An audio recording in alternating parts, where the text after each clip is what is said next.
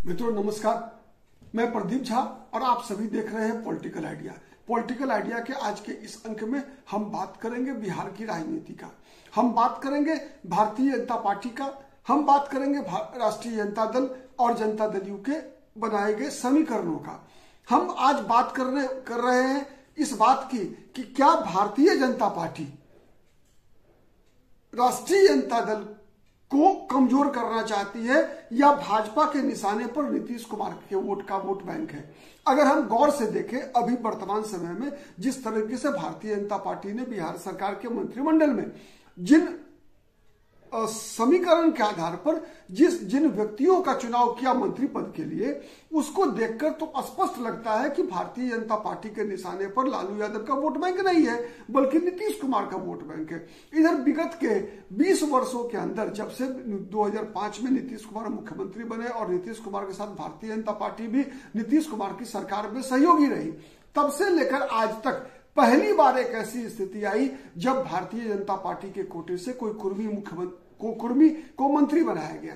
ऐसा पहली बार हुआ। नीतीश कुमार के साथ गठबंधन में आने के बाद भारतीय जनता पार्टी ने अब नीतीश कुमार की जाति से, कुर्मी जाति से बीजेपी के पास जितने भी नेता थे सबकी उपेक्षा करके सबको एक तरह से कह सकते हैं आप कि स्टोर रूम में बंद कर दिया था। मतलब भारतीय जनता पार्टी को दूसरे किसी कुर्मी नेता की जरूरत नहीं थी। अपने पार्टी के अंदर कई ऐसे योग्य नेता थे जिनका भारतीय जनता पार्टी ने उपेक्षा किया, इसलिए कि भारतीय जनता पार्टी को लगा कि भाई अब नीतीश कुमार है तो फिर कुर्मी वोट के लिए अन्य किसी व्यक्ति की आवश्यकता नहीं है।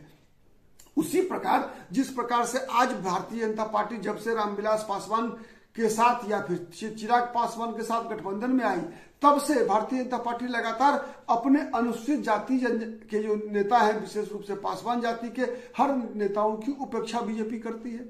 जब बीजेपी अकेले रामविलास जी के साथ नहीं हुआ करती थी तो बीजेपी में कामेश्वर पासवान बड़े नेता थे, भारतीय जनता पार्टी में डॉक्टर संजय पासवान बड़े नेता थे। लेकिन जब से रामविलास पासवान और चिराग पासवान साथ में आए, कामेश्वर पासवान तो चले ही गए, रामविलास संजय पासवान एक तरह से कहा सांसद थे, केंद्रीय मंत्री थे, बाद में उनको एमएलसी बनने के लिए भी तरसते रहे। वो बेचारे किसी तरीके से एक बार एमएलसी बन पाए, उसके बाद से कहीं कोई उनकी हर दिन उनका उपेक्षा चलता रहा। तो इस प्रकार से भारतीय जनता पार्टी करती है। और लेकिन पहली बार गठबंधन में रहते हुए 2025 में भाजपा ने कृष्ण कुमार मंटू को मंत्रिपरिषद में शामिल किया और उस कृष्ण कुमार मंटू को जिन्होंने एक मंत्रिमंडल गठन से 1 सप्ताह 10 दिन पहले ही पटना में कुर्मी एकता रैली का आयोजन किया था। और उस कुर्मी एकता रैली में भाजपा के जितने भी नेता थे सभी लोग शामिल थे, लेकिन नीतीश कुमार नहीं थे। ठीक है। एक दूसरा कहा जाता है कि लव कुश और अति पिछड़ा समाज ये जदयू के साथ रहा है, नीतीश कुमार का वोट बैंक है। लेकिन अगर हम भारतीय जनता पार्टी के मंत्रिमंडल में जो लोग शामिल किए गए हैं उन लोगों की सूची को देखें तो स्पष्ट दिखेगा कि पहला मैंने उदाहरण दिया कुर्मी जाति से, फिर कुशवाहा को ले लीजिए। कुशवाहा जाति से सम्राट चौधरी भाजपा के उप मुख्यमंत्री हैं और कहे जाते हैं, ऐसा कहा जाता है कि आने वाले दिनों में जब कभी भी भाजपा का मुख्यमंत्री बनेगा तो Samrat Choudhary will be the first choice, पहले पसंद होंगे सम्राट चौधरी। तो एक दूसरा उसके बाद नालंदा जिला से ही, आप इस बात पर गौर कीजिए, नालंदा जिला से ही डॉक्टर सुनील कुशवाहा जाति के विधायक को मंत्री बना दिया बीजेपी ने।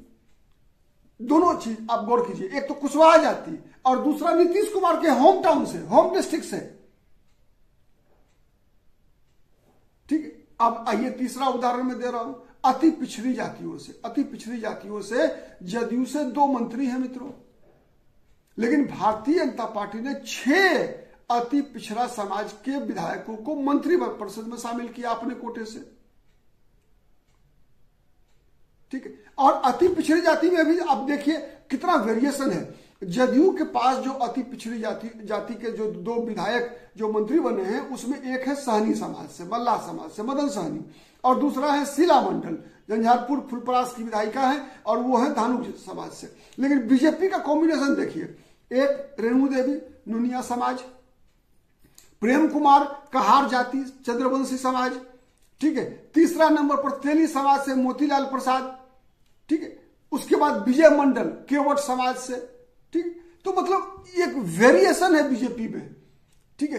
कई ऐसी जात बीजेपी के जितने भी 6 के 6 हैं वो 6 अलग अलग जातियों के हैं। तो जितना एक तरह से बेहतर मतलब एक टीम, एक कॉम्बो बनाने का प्रयास बीजेपी ने किया है, तो उसका संकेत क्या है? उसका संकेत तो स्पष्ट है ना। अगर बीजेपी अगर लालू प्रसाद को टारगेट कर रही होती तो सबसे ज्यादा यादव समाज से मंत्री बनाना चाहिए था बीजेपी को, लेकिन बीजेपी ने यह मान लिया है। इस मामले में तो मेरा मानना यही है कि बीजेपी ने एक तरह से गद्दारी किया है यादव समाज के साथ। बीजेपी को वोट मिले कम या ज्यादा, लेकिन समाज की, जो हिंदू समाज में सबसे बड़ी जाति है, सबसे अधिक संख्या वाली जाति है, उस जाति का प्रतिनिधित्व तो देना ही चाहिए था, चाहे वोट मिले आपको या ना मिले। तो यह बीजेपी की तरफ से अन्याय है कि किसी यादव को मंत्री नहीं बनाना। खैर, आज ये हमारा मुद्दा नहीं है। हमारा मुद्दा है कि बीजेपी के निशाने पर राष्ट्रीय जनता दल के वोटर हैं या जदयू के वोटर।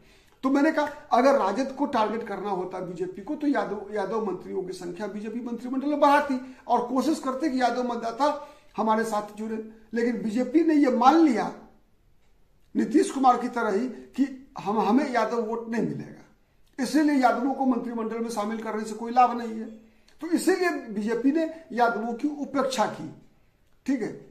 तो लेकिन अगर बीजेपी को अगर चारा डालना होता तो यादवों को प्राथमिकता मिलती, लेकिन नहीं मिला।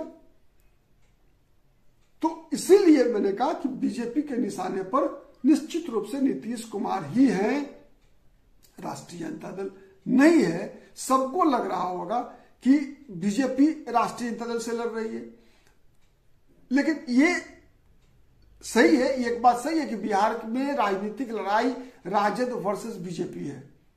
नीतीश कुमार केवल एक बटखारा है जो जिस तराजू के जिस पल्ले पर बैठते हैं वो पल्ला भारी हो जाता है, वो पल्ला झुक जाता है, वो पल्ला जीत जाता है, ठीक है। लेकिन जो असली लड़ाई है बिहार में वो है बीजेपी वर्सेस राष्ट्रीय जनता दल की।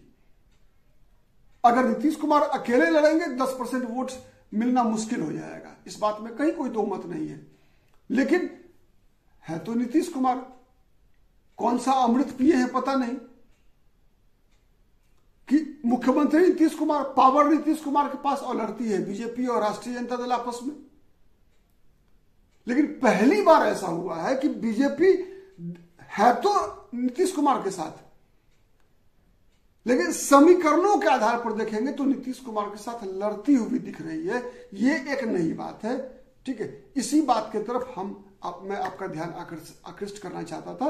बहुत बहुत धन्यवाद। नमस्कार, जय हिंद, जय भारत।